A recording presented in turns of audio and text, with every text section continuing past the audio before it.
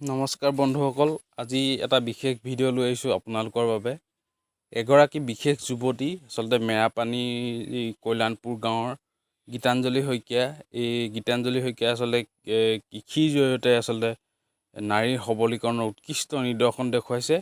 সেই দৃশ্য আমি MJ বিজনেছ ক্ৰিয়েশ্যন ইউটিউব চেনেলৰ জৰিয়তে আমি সেই দৃশ্য দেখুৱাইছোঁ আপোনালোকক।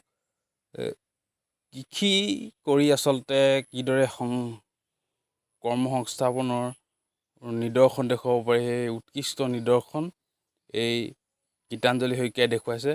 বিভিন্ন শাক পাচলি খেতি কৰি বজাৰে বজাৰে বিক্ৰী কৰি আচলতে উৎকৃষ্ট নিদৰ্শন দেখুৱাইছে বুলি ক'ব লাগিব। আমি সেই দৃশ্যাংশ দেখুৱাইছোঁ। যিহেতু পিতৃ ৰোগাক্ৰান্ত হৈ থকাৰ পাছত এই গীতাঞ্জলি শইকীয়াই আচলতে বিভিন্ন খেতি কৰি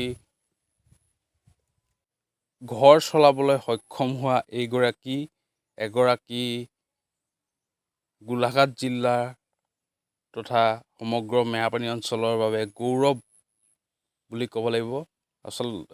বিভিন্ন সংবাদ মাধ্যমৰ শিৰোনাম দখল কৰা এইগৰাকী যুৱতী আচলতে যুৱতীয়ে বিভিন্ন বজাৰ সমাৰে গৈ তেখেতে ভোট জলকীয়া পুলিৰ পৰা আৰম্ভ কৰি বিভিন্ন শাক পাচলি বিক্ৰী কৰি ঘৰখনৰ অভাৱ পূৰণ কৰিছে এই গীতাঞ্জলি শইকীয়াই।